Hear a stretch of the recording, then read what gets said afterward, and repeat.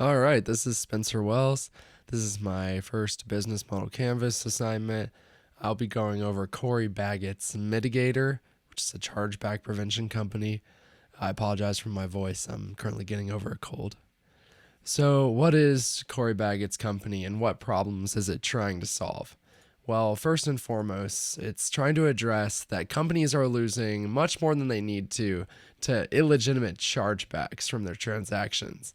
And this is happening because the chargeback process is too complicated and time consuming for the companies to devote the resources to process the disputes.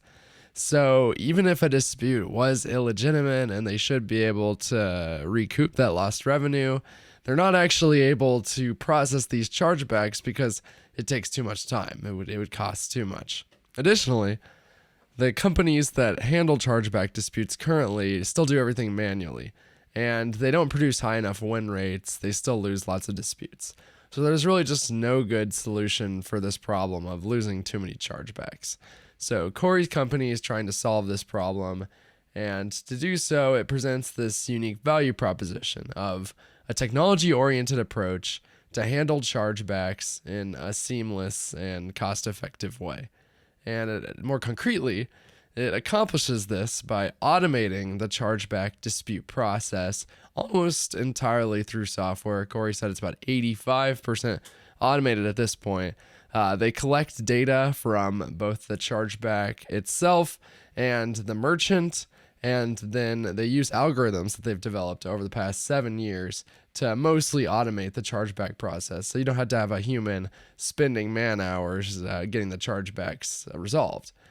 Secondly, it consolidates all the data about chargebacks into one place, and using this data, it's able to predict chargeback case outcomes and win more disputes by looking at all of the data in aggregate and then making informed predictions.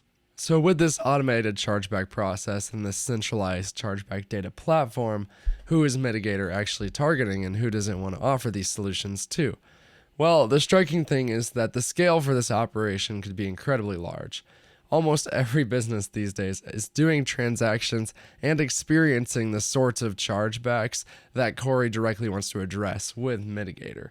So the target is basically all companies that process these transactions using payment methods where the transactions are something that Mitigator supports.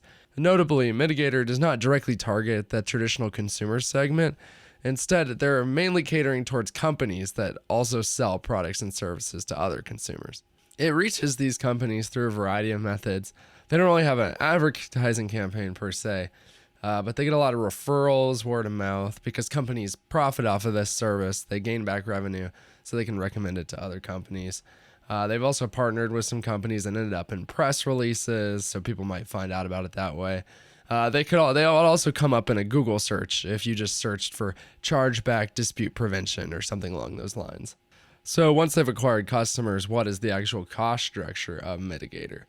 Well, they have to do all the processing for all the chargeback disputes, which they do host on their own backend servers. So they have to pay to host a lot of data, and that is a cost proportional to the amount of clients that they take on. And although the process is mostly automated, they still have to hire people to supervise and manually input parts of the chargeback process. Other than that, it's a pretty lightweight company. They don't have to invest in any supplies or materials, and they don't have to hire an exceedingly large workforce. On the revenue side, it's pretty straightforward. Companies pretty much just pay a recurring fee for the chargeback dispute services. Since these fees are ongoing and since companies will always keep processing transactions throughout their lifetime, each new customer that uses Mitigator and sticks with it represents a constant source of revenue for the company. So they can really accumulate a larger and larger profit over time as they just get more and more customers. Some key metrics that I think Mitigator would look at to determine how well it's doing. One, the number of businesses using the service for just the reason that I said before. Two, just the total volume of chargebacks being handled, because that's pretty much just the number of incidents that their service is taking care of.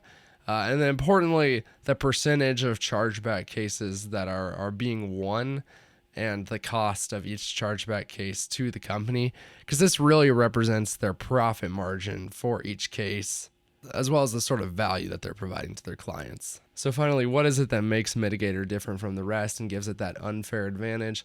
Well, as I mentioned before, they take a technology-centered approach, so they should be able to, in theory, get better results than other competing companies by leveraging their own algorithms. They have 7+ years in the chargebacks industry, so this has allowed them to, one, develop algorithms over time that are very attuned to what sorts of chargebacks get accepted or rejected and produce accurate results. And second, they've been establishing partnerships with payment industry leaders such as Stripe a couple years ago, PaySage, and Global Payments, which allows them easier access to the sort of data that they need to resolve the chargeback disputes. And these partnerships, even if another company entered the space, would take time to form. So we can also look at Mitigator from the perspective of a value proposition canvas, where we have the job to be done, the gains and the pains, and then the gain creators, pain relievers, products, and services. So the job that these companies really want to do is just carry out a business that use some kind of credit card or online payment system to carry out transactions. It's pretty broad, but that's just because the target customer segment of Mitigator is so broad that it really just targets all companies that are taking payments or processing transactions and experiencing chargebacks. Unfortunately, the pains these companies are experiencing are the loss in revenue from failed chargeback disputes, because, as I said earlier, the process takes too long to resolve, and so it's just not worth it for these companies to pursue the illegitimate chargebacks. So to fix these pains, it would be nice if companies didn't have to worry about the chargeback process, if there was an easy and efficient way to take care of it, and if they were able to regain their revenue from all the illegitimate disputes. So optimally, they could just have a transaction system where they never worried about chargebacks in the first place. Mitigator offers to create just this kind of service through its automated chargeback service and centralized data platform, where it basically aggregates all the data from the chargebacks of these companies and takes care of everything for the company, hopefully providing them the highest possible win rate and optimally eliminating all of the illegitimate chargebacks the company otherwise wouldn't have had time to deal with. And by doing that, they eliminate the revenue loss from too many chargebacks. They give the time and resources back to the company to focus on just fulfilling the original mission of the company, carrying out the transactions in an easy way. And they also eliminate the clutter of data for the company, where they might be viewing transaction data across multiple different sources. Now, when they're looking at chargebacks, all of it can be aggregated to their centralized, easy-to-read platform. Again, saving more time and resources. And since those problems I talked about are eliminated, this allows the company to have those worry-free transactions. It drives revenue because there are fewer chargebacks. And it allows the company to scale without having to worry about being held back by their payment infrastructure. So they can increase the number of transactions that they're processing without worrying about the proportional increase in the number of chargebacks and not being able to handle that. And that pretty much wraps up the assignment.